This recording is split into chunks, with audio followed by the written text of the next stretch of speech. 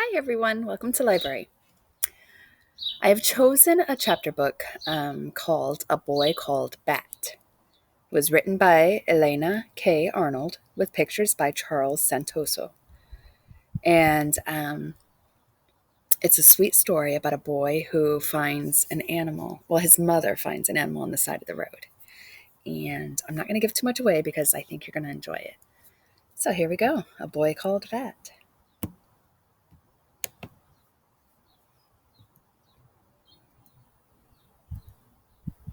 Chapter 1. After School. Bixby Alexander Tam stared into the refrigerator, trying to decide what to eat. He knew that the longer he took, the more energy he was wasting, and Bixby Alexander Tam did not like to waste energy. But he also didn't like to eat leftovers or cheese that had to be sliced, or any of the yogurt flavors in the fridge.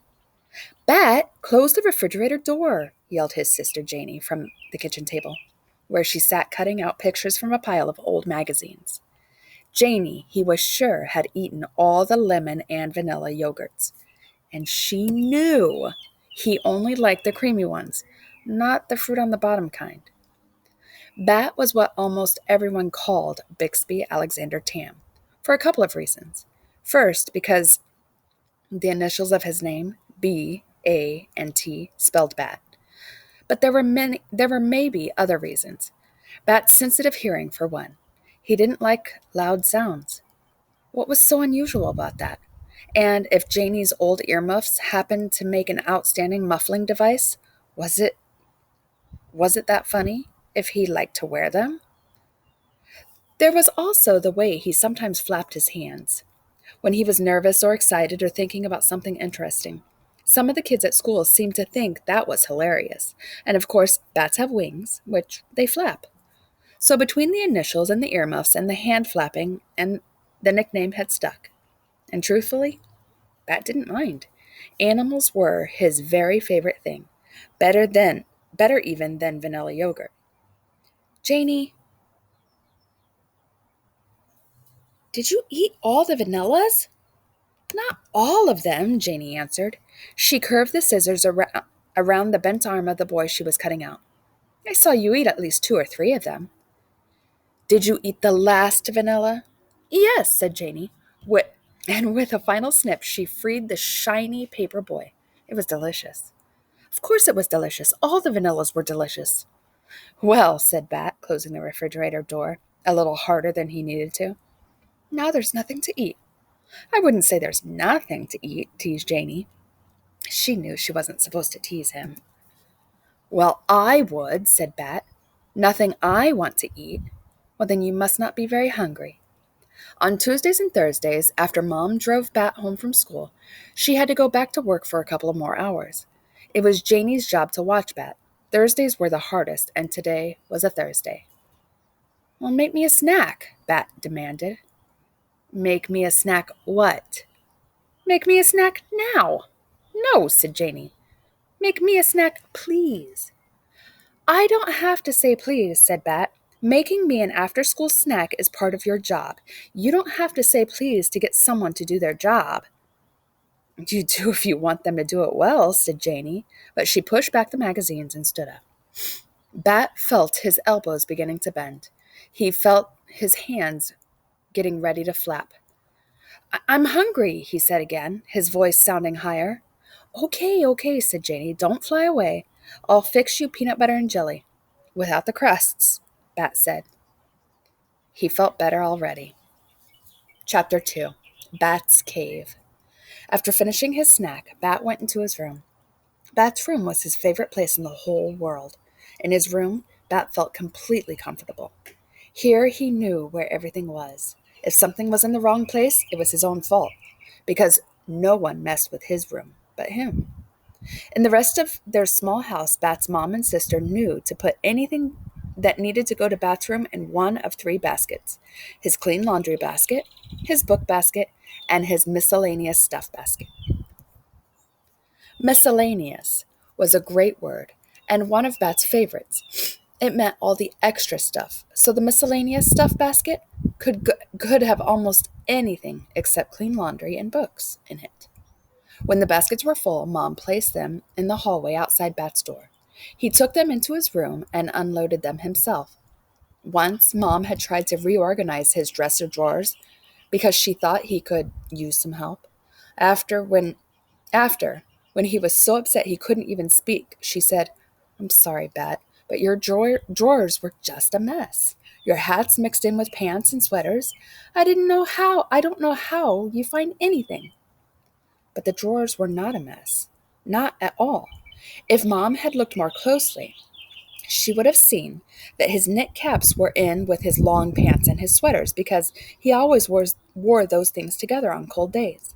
Shorts and t-shirts were in another drawer because he wore those things together on warm days. "But what about this drawer?" Mom had asked, pulling open the bottom drawer, which held a pair of pants, a wool sweater, and 2 t-shirts. "Well, those are the things I never wear," Bat told her, when he finally calmed down, "because they're itchy and uncomfortable." Then Mom cut the tags out of the t-shirts and Bat moved them up to his warm day drawer. After that, Mom left him to his own devices, as she liked to say. Once in his room, Bat closed the door. There was a sign on the outside that said, "Please knock." Janie had written it for him because her writing was much neater than his. Janie could do all the hand things better than Bat. Write things, cut things out, smooth peanut butter on bread. The clock told Bat that Mom would be home in 46 minutes. Mom was a veterinarian, which was what Bat intended to be too one day. Mostly she treated cats and dogs, but sometimes she had unusual patients.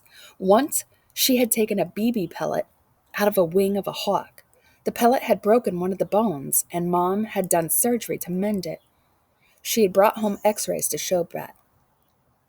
"Why would anyone shoot a hawk?" Bat had asked. "Do you think they were going to eat it?" "No," said Mom. "Sometimes people do stupid things." She had been very angry about the hawk, angrier even than when Bat and Janie got into loud screaming fights. Seeing the x-ray of the hawk's broken wing made Bat angry too. But his room always made him feel better. It had a roll-down bamboo window shade and a fine closet full of shelves and a pull-out trundle in case someday a friend came to spend the night. It had a ceiling fan and a reading lamp and a rug with a picture of a train track printed on it. Belt, blah, blah, I'm sorry. Bat felt like looking through his animal encyclopedia, which he often did after school. So he pulled it down from the bookshelf and dropped comfortably onto his beanbag. His stomach was full of sandwich, and Mr. Grayson didn't assign any homework. For this moment, at least, Bat felt perfectly content. Chapter 3. No vanilla yogurt. Mom was supposed to be home by 5 o'clock, but 5 o'clock came and Mom didn't arrive. And by 5:15, Bat wanted to call the police. "That's what we're supposed to do in case of emergency," he said to Janie. She was watching TV. "This isn't an emergency, Bat." "How do you know? It might be an emergency. You don't know for sure that it isn't an emergency." "Bat, call Mom's phone if you're so worried." Bat didn't want to call Mom's phone. What if she was driving and she answered when he called? And then she crashed the car. "I don't want to in case an emergency," he said. "Oh, I don't want to cause an emergency," he said. "Well, if you had any friends to play with," Janie said, "you could hang out with them on Tuesday and Thursdays instead of being a pain in my neck." Bat thought this was unfair and also mean, considering that he was so worried. But before he could say anything, he heard Mom's car turn into the driveway. A warm rush of relief flooded over him. He left Janie in front of the TV and ran outside. "Mom," he said, "you're late." "Easy, Bat," Mom said, climbing out of the car. "No need to be angry." Bat wasn't angry. Well, not really. He was relieved. But instead of explaining this, Bat asked, Did you go to the grocery store and get more vanilla yogurt?"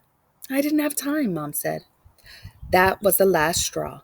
Mom was late and Bat was worried, and now no vanilla yogurt. Bat felt a ball of anger rising up in his chest, hot and hard and loud, wanting to escape through his mouth in a yell. His eyes squinted together and his hands drew up tight against the sides of his body. Mom put her hand on his shoulder and knelt down so that she could look right into Bat's eyes. but Bat didn't want to look at her eyes. He didn't want her eyes looking at him. Calm down, Bat, she said in her soothing voice, the one she saved for when Bat was getting really upset. It's okay. I had a good reason for not going to the grocery store. If you can calm yourself down, I can tell you what it is. Bat didn't care what Mom's reason was. She should have gone to the store. She knew how much he liked vanilla yogurt, and it was her job to buy it for him. Bat didn't have any money or a car. If Mom didn't buy him yogurt, there would be no yogurt. But then Mom said it was because of an animal, a baby animal. So I'm going to leave off on chapter 3 with Mom saying that she was late because of a baby animal. Is this the one that I told you about in the beginning? And is Bat going to be okay with it? Do you think he's going to help her? I don't know. Stay tuned, everyone, for chapter 4, which is titled, Is It a Dun Dun Dun Dun Cliffhanger?